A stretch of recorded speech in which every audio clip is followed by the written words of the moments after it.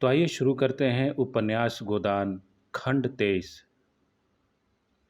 गोबर और झुनिया के जाने के बाद घर सुनसान रहने लगा। धनिया को बार बार मुन्नू की याद आती रहती है। बच्चे की माँ तो झुनिया थी, पर उसका पालन धनिया ने ही किया था। वही उसे उपटन मलती, काजल लगाती, सुलाती और जब काम काज से अवकाश मिलता उसे दुलार करती। वात्सल्य का यह नशा ही उसकी विपत्ति को भुलाता रहता था। उसका भोला भाला मक्खन सा मुँह देखकर वह अपनी सारी चिंता भूल जाती और स्नेहमय गर्भ से उसका हृदय फूल उठता। वह जीवन का आधार अब न था। उसका सूना खटोला देखकर वह रो उठती। वह कवच जो सारी चिंताओं और दुराशाओं से उसकी रक्षा करता था, उससे छिन गया था। वह बार बार सोचती, उसने झुनिया के साथ ऐसी कौन सी बुराई की थी जिसका उसने यह दंड दिया। डाइन ने आकर उसका सोना सा घर मिट्टी में मिला दिया। गोबर ने तो कभी उसकी बात का जवाब भी न दिया था। इसी राण ने उसे फोड़ा और वहाँ ले जाकर न जाने कौन कौन सा नाच नचाएगी। यहाँ ही वह बच्चे की कौन बहुत परवाह करती थी। उसे तो अपनी मिस्सी काजल मांग चोटी से ही छुट्टी नहीं मिलती। बच्चे की देखभाल क्या करेगी। बेचारा अकेला ज़मीन पर पड़ा रोता रहता होगा। बेचारा एक दिन भी तो सुख से नहीं रहने पाता। कभी खांसी, कभी दस्त, कभी कुछ कभी कुछ। यह सोच सोच कर उससे झुनिया पर क्रोध आता। गोबर के लिए अब भी उसके मन में वही ममता थी। इसी चुड़ैल ने उसे कुछ खिला पिलाकर अपने वश में कर लिया। ऐसी मायाविनी न होती तो यह टोना ही कैसे करती। कोई बात न पूछता था। भौजाई की लातें खाती थी। यह भुग्गा मिल गया तो आज रानी हो गई। होरी ने चिढ़ कर कहा, जब देखा तब तो झुनिया ही को दोष देती है। यह नहीं समझती कि अपना सोना खोटा तो सोनार का क्या दोष। गोबर उसे न ले जाता तो क्या अपने आप चली जाती। शहर का दाना पानी लगने से लौंडे की आंखें बदल गई। ऐसा क्यों नहीं समझ लेती। धनिया गरज उठी, अच्छा चुप रहो। तुमने रांड को मूड पर चढ़ा रखा था। नहीं, मैंने पहले ही दिन झाड़ू मार कर निकाल दिया होता। मान ले, बहू ने गोबर को फोड़ ही लिया तो तू इतना कुढ़ती क्यों है। जो सारा जमाना करता है वही गोबर ने भी किया। अब उसके बाल बच्चे हुए, मेरे बाल बच्चों के लिए क्यों अपनी सांसत कराए। क्या हमारे सिर का बोझ अपने सिर पर रखे। तुम ही उपद्रव की जड़ हो तो मुझे में निकाल दे। ले जा बैलों को अनाज मांड, मैं हुक्का पीता हूँ। तुम चलकर चक्की पीसो, मैं अनाज मांडूंगी। विनोद में दुख उड़ गया। वही उसकी दवा है। धनिया प्रसन्न होकर रूपा के बाल गूंथने बैठ गई जो बिल्कुल उलझ कर रह गए थे, और होरी खलिहान चला। रसिक बसंत सुगंध और प्रमोद और जीवन की विभूति लुट रहा था दोनों हाथों से, दिल खोलकर। कोयल आम की डालियों में छिपी अपनी रसीली मधुर आत्मस्पर्शी कुक से आशाओं को जगाती फिरती थी। महुए की डालियों पर मैना की बारात सी लगी बैठी थी। नीम और सीरस और करौंदे अपनी महक में नशा सा घोल देते थे। होरी आमों के बाग में पहुंचा तो वृक्षों के नीचे तारे से खिले थे। उसका व्यथित निराश मन भी इस व्यापक शोभा और उस स्फूर्ति में आकर गाने लगा। हिया जरत रहत दिन रैन, आम की डरिया कोयल बोले, तनिक न आवत चैन। सामने से दुलारी सहुआइन गुलाबी साड़ी पहने चली आ रही थी। पाँव में मोटे चांदी के कड़े थे, गले में मोटी सोने की हंसली। चेहरा सुखा हुआ पर दिल हरा। एक समय था जब होरी खेत खलिहान में उसे छेड़ा करता था। वह भाभी थी, होरी देवर था। इस नाते से दोनों में विनोद होता रहता था। जब से साहजी मर गए, दुलारी ने घर से निकलना छोड़ दिया। सारे दिन दुकान पर बैठी रहती थी और वहीं वे सारे गांव की खबर लगाती रहती थी। कहीं आपस में झगड़ा हो जाए, सहुआइन वहाँ बीच बचाव करने के लिए अवश्य पहुंचेगी। आने सूद से कम पर रुपए उधार न देती थी, और यद्यपि सूद के लोभ में मूल भी हाथ न आता था। जो रुपए लेता खाकर बैठा रहता, मगर उसके ब्याज का दर ज्यों का त्यों बना रहता था। बेचारी वसूल कैसे करे। नालिश फरियाद करने से रही, थाना पुलिस करने से रही, केवल जीभ का बल था। पर ज्यों ज्यों उम्र के साथ जीभ की तेजी बदलती जाती थी, उसकी काट घटती जाती थी। अब उसकी गालियों पर लोग हंस देते थे और मजाक में कहते, क्या करेगी रुपए लेकर काकी। साथ तो एक कौड़ी भी न ले जा सकेगी। गरीब को खिला पिलाकर जितनी आशीष मिल सके ले ले, यही परलोक में काम आएगा। और दुलारी परलोक के नाम से जलती थी। होरी ने छेड़ा, आज तो भाभी तुम सचमुच जवान लगती हो। सहुआइन मगन होकर बोली, आज मंगल का दिन है, नज़र न लगा देना। इसी मारे मैं कुछ पहनती उड़ती नहीं। घर से निकली तो सभी घूरने लगते हैं जैसे कभी कोई मेहरिया देखी न हो। पटेश्वरी लाला की पुरानी बान अभी तक नहीं छूटी। होरी ठिठक गया। बड़ा मनोरंजक प्रसंग छिड़ गया। बैल आगे निकल गए। वह तो आजकल बड़े भगत हो गए हैं। देखती नहीं हो, हर पूर्णमासी को सत्यनारायण की कथा सुनते हैं और दोनों जून मंदिर में दर्शन करने जाते हैं। ऐसे लंपट जितने होते हैं सभी बूढ़े होकर भगत बन जाते हैं। कुकर्म का प्रायश्चित तो करना ही पड़ता है। पूछो, मैं अब बुढ़िया हुई, मुझसे क्या हंसी। तुम अभी बुढ़िया कैसे हो गई भाभी? मुझे तो अभी अच्छा चुप ही रहना, नहीं 150 गाली दूंगी। लड़का परदेश कमाने लगा, एक दिन न्योता भी न खिलाया। सेंत मेंत भी भाभी बताने को तैयार। मुझसे कसम ले लो भाभी, जो मैंने उसकी कमाई का एक पैसा भी छुआ हो। न जाने क्या लाया, कहाँ खर्च किया, मुझे कुछ भी नहीं पता। बस एक जोड़ा धोती और एक पगड़ी मेरे हाथ लगी। अच्छा कमाने लगा, आज नहीं कल घर संभालेगा ही। भगवान उसे सुखी रखें। हमारे रुपए भी थोड़ा थोड़ा देते चलो, सूद ही तो बढ़ रहा है। तुम्हारी एक एक पाई दूंगा भाभी, हाथ में पैसे आने दो और खा ही जाएंगे। तो कोई बाहर के तो है नहीं, तुम्हारे ही तो हैं। सहुआइन ऐसी विनोद भरी चापलूसियों से निरस्त्र हो जाती थी। मुस्कुराती हुई अपनी राह चली गई। होरी लपक कर बैलों के पास पहुंच गया और उन्हें पौर में डालकर चक्कर देने लगा। सारे गांव के ही एक खलिहान था। कहीं मंडाई हो रही थी, कोई अनाज ओसा रहा था, कोई गल्ला तौल रहा था। नाई, बारी, बढ़ई, लोहार, पुरोहित, भाट, भिखारी सभी अपने अपने जेवरे लेने के लिए जमा हो गए थे। एक पेड़ के नीचे झिंगुरी सी खाट पर बैठे अपनी सवाई उगाह रहे थे। कई बनिए खड़े गल्ले का भाव ताव कर रहे थे। सारे खलिहान में मंडी की सी रौनक थी। एक खटकीन बेर और मकोए बेच रही थी और एक खोचे वाला तेल के सेव और जलेबियां लिए फिर रहा था। पंडित दाता दीन भी होरी से अनाज बंटवाने के लिए आ पहुंचे थे और झिंगुरी सिंह के साथ खाट पर बैठे थे। दाता दीन ने सुरती मलते हुए कहा, कुछ सुना? सरकार भी महाजनों से कह रही है कि सूर का दर घटा दो, नहीं डिग्री न मिलेगी। झिंगुरी तमाकू फाँक कर बोले, पंडित मैं तो एक बात जानता हूँ, तुम्हें गरज पड़ेगी तो 100 बार हमसे उधार लेने आओगे और हम जो ब्याज चाहेंगे लेंगे। सरकार अगर असामियों को रुपये उधार देने का कोई बंदोबस्त न करेगी तो हमें इस कानून से कुछ न होगा। हम दर कम लिखाएंगे लेकिन 100 में 25 पहले ही काट लेंगे। इसमें सरकार क्या कर सकती है? यह तो ठीक है, लेकिन सरकार भी इन बातों को खूब समझती है। इसकी भी कोई रोक निकालेगी, देख लेना। इसकी कोई रोक हो ही नहीं सकती। अच्छा, अगर वह शर्त कर दे, जब तक स्टाम्प पर गांव के मुखिया या कारिंदा के दस्तखत न होंगे वह पक्का न होगा, तब क्या करोगे? असामी को 100 बार गरज होगी, मुखिया को हाथ पांव जोड़ के लाएगा और दस्तखत कराएगा। हम तो एक चौथाई काट ही लेंगे और फंस जाओगे। जाली हिसाब लिखा और गए 14 साल को। झिमुरी सिंह जोर से हंसा। तुम क्या कहते हो पंडित? क्या तब संसार बदल जाएगा? कानून और न्याय उसका है जिसके पास पैसा है। कानून तो है ही कि महाजन किसी असामी के साथ कड़ाई न करे, कोई जमींदार किसी काश्तकार के साथ सख्ती न करे। मगर होता क्या है, रोज ही देखते हो। जमींदार मुसक बंधवा के पिटवाता है और महाजन लात और जूते से बात करता है। जो किसान पोढ़ा है उससे न जमींदार बोलता है न महाजन। ऐसे आदमियों से हम मिल जाते हैं और उनकी मदद से दूसरे आदमियों की गर्दन दबाते हैं। तुम्हारे ही ऊपर राय साहब के 500 रुपये निकलते हैं, लेकिन नोखे राम में है इतनी हिम्मत कि तुमसे कुछ बोले?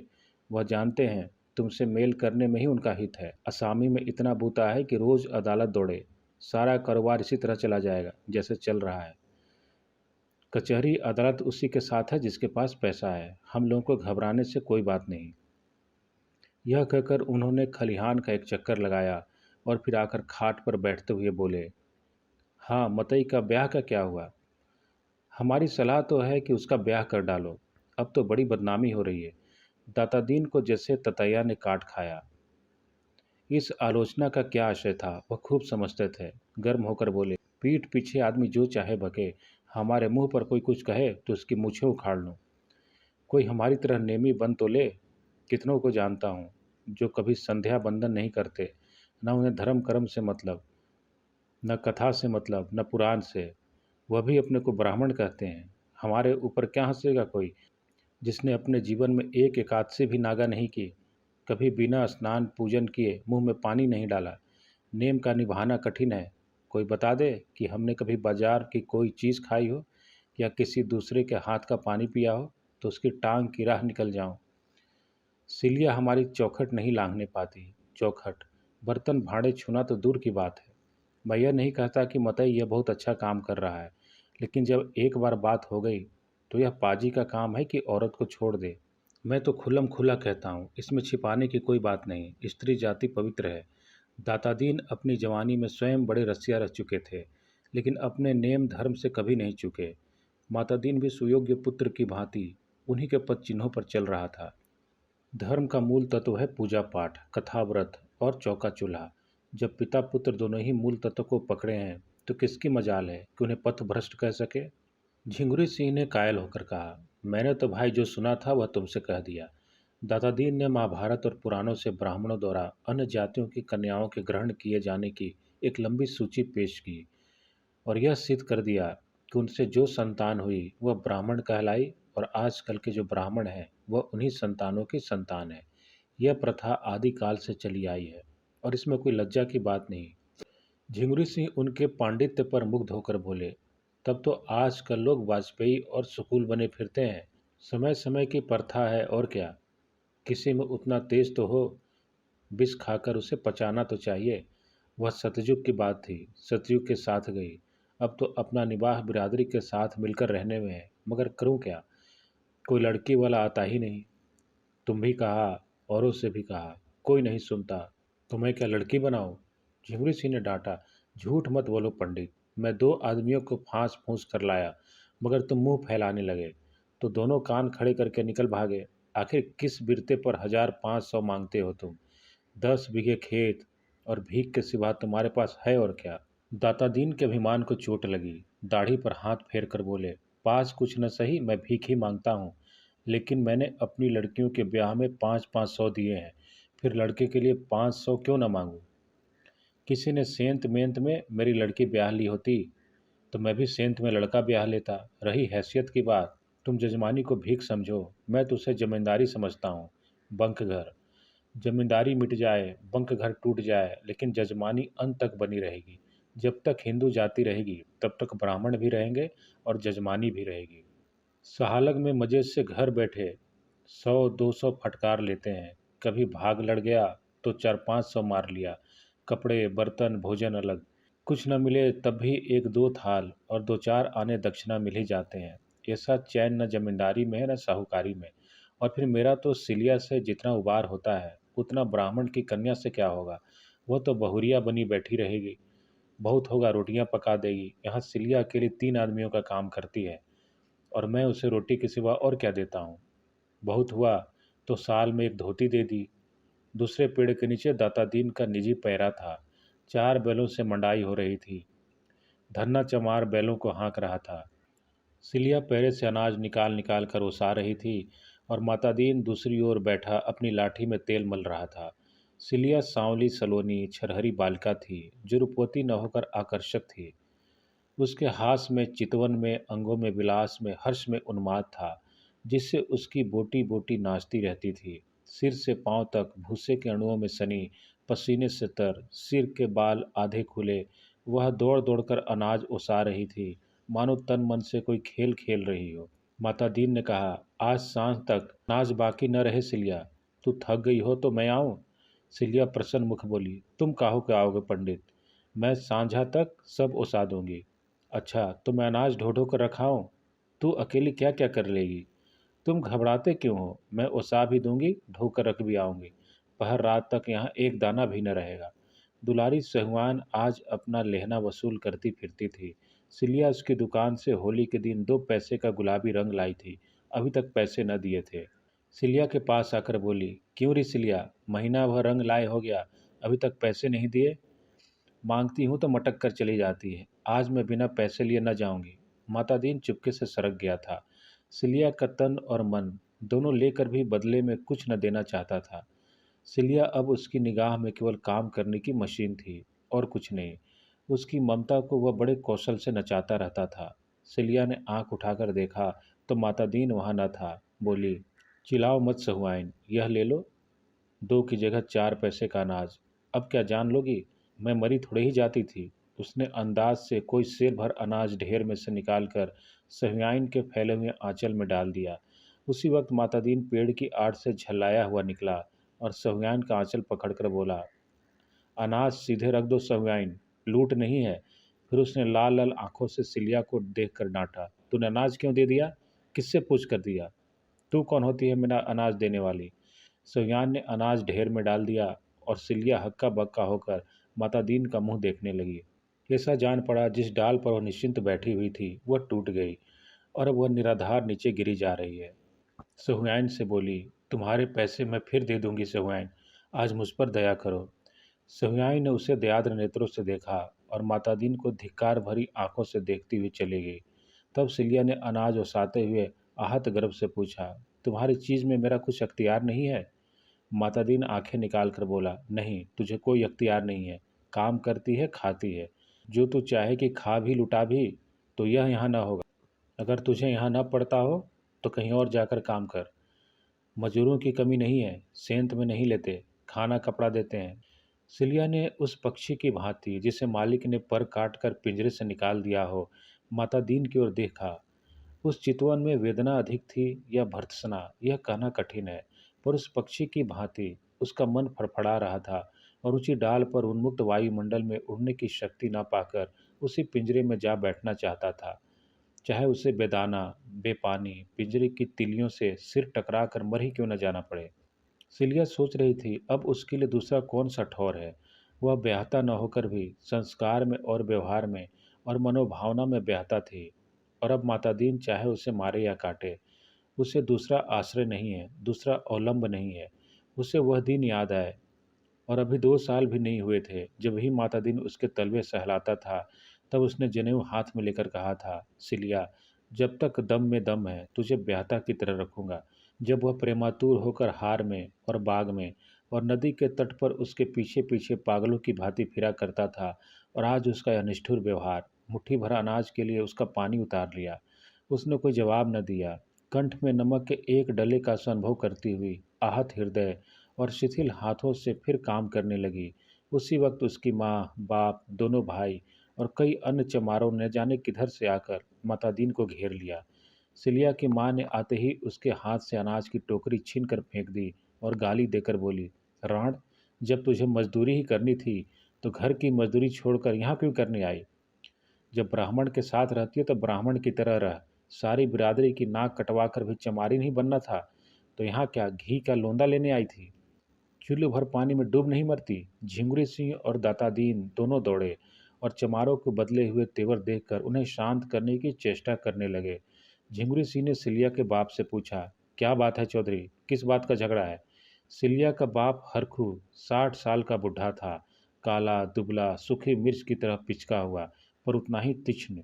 बोला, झगड़ा कुछ नहीं है ठाकुर, हम आज या तो माता दीन को चमार बना के छोड़ेंगे या उनका और अपना रखत एक कर देंगे। सिलिया कन्या जात है, किसी न किसी के घर जाएगी ही, इस पर हमें कुछ नहीं कहना है, मगर उसे जो कोई भी रखे हमारा होकर रहे। तुम हमें ब्राह्मण नहीं बना सकते, मुद्दा हम तुम्हें चमार बना सकते हैं। हमें ब्राह्मण बना दो, हमारी सारी बिरादरी बनने को तैयार है। जब यह समर्थ नहीं है तो फिर तुम भी चमार बनो, हमारे साथ खाओ पियो, हमारे साथ उठो बैठो। हमारी इज्जत लेते हो तो हमारी धर्म हमें दो। दाता दीन ने लाठी फटकार कर कहा, मुंह संभाल कर बात कर हरखुआ, तेरी बिटिया वह खड़ी है, ले जा जहाँ चाहे। हमने उसे बांध नहीं रखा है, काम करती थी, मजदूरी लेती थी, यहाँ मजदूरों की कमी नहीं है। सिलिया की माँ उंगली चमका कर बोली, वाह वाह पंडित, खूब नियाव करते हो। तुम्हारी लड़की किसी चमार के साथ निकल गई होती और तुम इस तरह की बातें करते तो देखती। हम चमार हैं इसलिए हमारी कोई इज्जत नहीं। हम सिलिया को अकेले न ले जाएंगे, उसके साथ माता दीन को भी ले जाएंगे, जिसने उसकी इज्जत बिगाड़ी है। तुम बड़े नेमी धर्मी हो, उसके साथ सोओगे लेकिन उसके हाथ का पानी न पियोगे। यही चुड़ैल है कि सब सहती है, मैं तो ऐसे आदमी को माहुर दे देती। हरखू ने अपने साथियों को ललकारा, सुन ली इन लोगों की बात की नहीं, अब क्या मुंह खड़े ताकते हो? इतना सुनना था कि 2 चमारों ने लपक कर माता दीन के हाथ पैर पकड़ लिए, तीसरे ने झपट कर उसका जनेऊ तोड़ डाला, और इससे पहले कि दाता दीन और झिंगुरी सिंह अपनी अपनी लाठी संभाल सके, 2 चमारों ने माता दीन के मुंह में एक बड़ी सी हड्डी का टुकड़ा डाल दिया।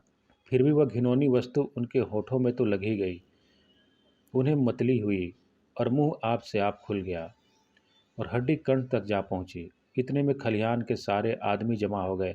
पर आश्चर्य यह कि कोई इन धर्म के लुटेरों से मुजाहिम न हुआ। माता दीन का व्यवहार सभी को नापसंद था।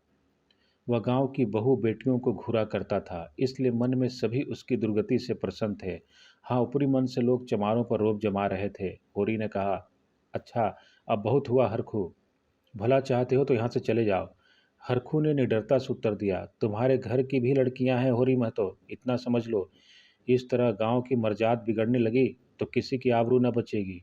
एक क्षण में शत्रु पर पूरी विजय पाकर आक्रमणकारियों ने वहां से टल जाना ही उचित समझा। जनमत बदलते देर नहीं लगती, उससे बचे रहना ही अच्छा है। मातादीन कै कर रहा था।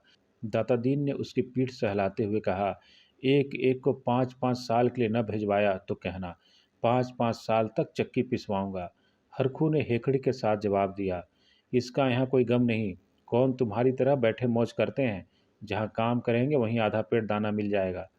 मातादीन कह कर चुकने के बाद निर्जीव सा जमीन पर लेट गया, मानो कमर टूट गई हो, मानो डूब मरने के लिए चुल्लू भर पानी खोज रहा हो। जिस मर्यादा के बल पर उसकी रसिकता और घमंड और पुरुषार्थ अकड़ता फिरता था, वह मिट चुकी थी।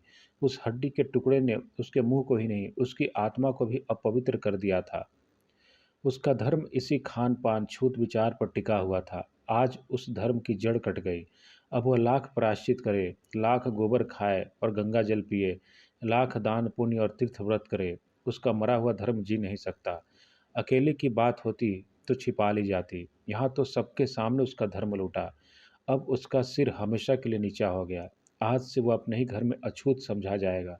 उसकी स्नेहमयी माता भी उससे घृणा करेगी और संसार से धर्म का ऐसा लोप हो गया।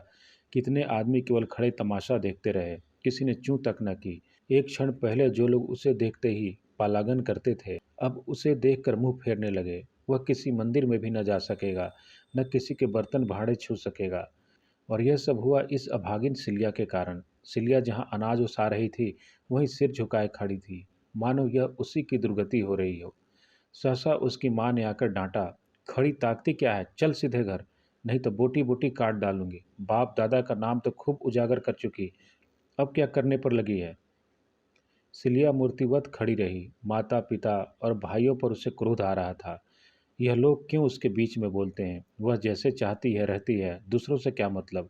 कहते हैं, यहाँ तेरा अपमान होता है, तब क्या कोई ब्राह्मण उसका पकाया खा लेगा, उसके हाथ का पानी पी लेगा?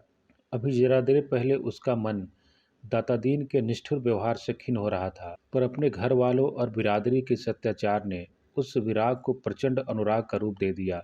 विद्रोह भरे मन से बोली, मैं कहीं न जाऊंगी। तो क्या यहाँ भी मुझे जीने न देगी? बुढ़िया कर्कश स्वर में बोली, तू न चलेगी? नहीं, चल सीधे से। नहीं जाती। तुरंत दोनों भाइयों ने उसके हाथ पकड़ लिए और उसे घसीटते हुए ले चले। सिलिया जमीन पर बैठ गई। भाइयों ने इस पर भी न छोड़ा, घसीटते ही रहे। उसकी साड़ी फट गई, पीठ और कमर की खाल छिल गई, पर वह जाने पर राजी न हुई। तब हरखू ने लड़कों से कहा, अच्छा, अब इसे छोड़ दे, समझ लेंगे मर गई, मगर अब जो कभी मेरे द्वार पर आई तो लहू पी जाऊंगा। सिलिया जान पर खेल कर बोली, हाँ, जब तुम्हारे द्वार पर जाऊं तो पी लेना। बुढ़िया ने क्रोध के उन्माद में सिलिया को कई लातें जमाई, और हरखू ने उसे हटा न दिया होता तो शायद ही प्राण लेकर छोड़ती। बुढ़िया फिर झपटी तो हरखू ने उसे धक्के देकर पीछे हटाते हुए कहा, तू बड़ी हत्यारीन है कलिया, क्या उसे मार ही डालेगी? सिलिया बाप के पैरों से लिपट कर बोली, मार डालो दादा, सब जने मिलकर मार डालो। हाय अम्मा, तुम इतनी निर्दयी हो, इसलिए दूध पिलाकर पाला था, शोर में ही क्यों न गला घोंट दिया। हाय, मेरे पीछे पंडित को भी तुमने भरिष्ट कर दिया, उसका धर्म लेकर तुम्हें क्या मिलेगा? अब तो वह भी मुझे न पूछेगा, लेकिन पूछे न पूछे रहूंगी तो उसी के साथ। वह मुझे चाहे भूखों रखे चाहे मार डाले, पर उसका साथ न छोड़ूंगी। उनकी सांसत करा के छोड़ दूं, मर जाऊंगी, पर हरजाई न बनूंगी। एक बार जिसने बाह पकड़ ली उसी की रहूंगी। कलिया ने ओठ चबाकर कहा, जाने दो राण को, समझती है वह इसका निबाह करेगा, मगर आज ही मार कर न भगा दे तो मुंह न दिखाऊं। भाइयों को भी दया आ गई। सिलिया को वहीं छोड़कर सब के सब चले गए। तब वह धीरे से उठकर लंगड़ाती कराहती खलिहान में आकर बैठ गई और आंचल में मुंह ढाँप कर रोने लगी। दातादीन ने जुलाहे का गुस्सा दाढ़ी पर उतारा। उनके साथ चली क्यों नहीं गई रे सिलिया? अब क्या करवाने की लगी हुई है? मेरा सत्यानाश करा के भी पेट नहीं भरा? सिलिया ने आंसू भरी आंखें ऊपर उठाई, उनमें तेज की झलक थी। उनके साथ क्यों जाऊं? जिसने बाह पकड़ी है उसके साथ रहूंगी। पंडित जी ने धमकी दी। मेरे घर में पांव रखा तो लातों से बात करूंगा। सिलिया ने भी उदंडता से कहा, मुझे जहां रखेंगे वहीं रहूंगी, पेड़ तले रखें चाहे महल में रखें। माता दीन संज्ञाहीन सा बैठा था। दोपहर होने आ रहा था। धूप बत्तियों से छन छन कर उसके चेहरे पर पड़ रही थी। माथे से पसीना टपक रहा था, पर वह मौन निस्पंद बैठा हुआ था। सहसा जैसे उसने होश में आकर कहा, मेरे लिए अब क्या कहते हो दादा? दाता दीन ने उसके सिर पर हाथ रखकर ढाढ़स देते हुए कहा, तुम्हारे लिए अभी मैं क्या कहूँ बेटा, चलकर नहाओ खाओ, फिर पंडितों की जैसी व्यवस्था होगी वैसा किया जाएगा। हाँ, एक बात है, सिलिया को त्यागना पड़ेगा। माता दीन ने सिलिया की ओर रक्त भरे नेत्रों से देखा। मैं अब उसका कभी मुंह न देखूंगा, लेकिन प्रायश्चित तो हो जाने पर फिर तो कोई दोष न रहेगा। प्रायश्चित हो जाने पर कोई दोष पाप नहीं रहता। तो आज ही पंडितों के पास जाओ। आज ही जाऊंगा बेटा, लेकिन पंडित लोग कहें कि इसका प्रायश्चित नहीं हो सकता, तब? उनकी जैसी इच्छा। तो तुम मुझे घर से निकाल दोगे? दातादीन ने पुत्र स्नेह से विहल होकर कहा, ऐसा कहीं हो सकता है बेटा? धन जाए, धर्म जाए, लोक मर्याद जाए, पर तुम्हें नहीं छोड़ सकता। मतद्दीन ने लकड़ी उठाई और बाप के पीछे पीछे घर चला। सिलिया भी उठी और लंगड़ाती हुई उसके पीछे पीछे होली। मातादीन ने पीछे फिरकर निर्मम स्वर में कहा, मेरे साथ मत आ, मेरा तुझसे कोई वास्ता नहीं। इतनी सांसत करवा के भी तेरा पेट नहीं भरता? सिलिया ने धृष्टता के साथ उसका हाथ पकड़कर कहा, वास्ता कैसे नहीं है? इसी गांव में तुमसे धनी, तुमसे सुंदर, तुमसे इज्जतदार लोग हैं, मैं उनका हाथ क्यों नहीं पकड़ती? तुम्हारी यह दुर्दशा ही आज क्यों हुई? जो रस्सी तुम्हारे गले में पड़ गई है उसे तुम लाख चाहो नहीं छोड़ सकते।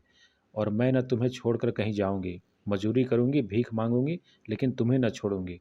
यह कहते हुए उसने माता दीन का हाथ छोड़ दिया और फिर खलिहान में जाकर अनाज उसाने लगी। होरी अभी तक वहां अनाज मांड रहा था। धनिया उससे भोजन करने के लिए बुलाने आई थी। होरी ने बैलों को पैर से बाहर निकाल कर एक पेड़ में बांध दिया और सिलिया से बोली, तू भी जा खा पी ले सिलिया, धनिया यहाँ बैठी है। तेरी पीठ पर की साड़ी तो लहू से रंग गई है रे, कहीं घाव पक न जाए। तेरे घर वाले बड़े निर्दयी हैं। सिलिया ने उसकी ओर करुण नेत्रों से देखा। यहाँ निर्दयी कौन नहीं है दादा? मैंने तो किसी को दयावान नहीं पाया। क्या कहा पंडित ने? कहते हैं मेरा तुमसे कोई वास्ता नहीं। अच्छा, ऐसा कहते हैं? समझते होंगे। इस तरह अपने मुंह की लाली रख लेंगे, लेकिन जिस बात को दुनिया जानती है उसे कैसे छिपा लेंगे? मेरी रोटियां भारी हैं, न दें। मेरे लिए क्या, मजूरी अब भी करती हूँ तब भी करूँगी। सोने को हाथ भर जगह तुम्ही से मांगूंगी तो क्या तुम न दोगे? धनिया दयाद्र होकर बोली, जगह की कौन कमी है बेटी, तू चल मेरे घर रह। होरी ने कातर स्वर में कहा। बुलाती तो है, लेकिन पंडित को जानती नहीं। धनिया ने निर्भीक स्वर में कहा, बिगड़ेंगे तो एक रोटी बेसी खा लेंगे और क्या करेंगे? कोई उनकी दबैल हूँ? उसकी इज्जत ली, बिरादरी से निकलवाया, अब कहते हैं मेरा तुझसे कोई वास्ता नहीं। आदमी है कि कसाई? यह उसी नियत का आज फल मिला है। पहले नहीं सोच लिया था? तब तो बिहार करते रहे, अब कहते हैं मुझसे कोई वास्ता। होरी के विचार में धनिया गलती कर रही थी। सिलिया के घर वालों ने मतई को कितना बेधर्म कर दिया। यह कोई अच्छा काम नहीं किया। सिलिया को चाहे मार कर ले जाते, चाहे दुलार कर ले जाते, वह उनकी लड़की है। मतई को क्यों बेधर्म किया? धनिया ने फटकार बताई, अच्छा रहने दो, बड़े न्यायी बनते हो। मर्द मर्द सब एक होते हैं। इसको मतई ने बेधर्म किया तब तो किसी को बुरा न लगा। अब जो मतई बेधर्म हो गए तो क्यों बुरा लगता है? क्या सिलिया का धर्म धर्म नहीं है? रखी तो चमारिन, उस पर नेमी धर्मी बनते हैं। बड़ा अच्छा किया हरखू चौधरी ने, इससे गुंडों की यही सजा है। तो चल सिलिया मेरे घर। न जाने कैसे बेदरद माँ बाप हैं कि बेचारी की सारी पीठ लहू लुहान कर दी। तुम जाके सोना को भेज दो, मैं इसे लेकर आती हूँ। होरी घर चला गया और सिलिया धनिया के पैरों पर गिरकर रोने लगी। उपन्यास गोदान का आगे का भाग खंड 24 में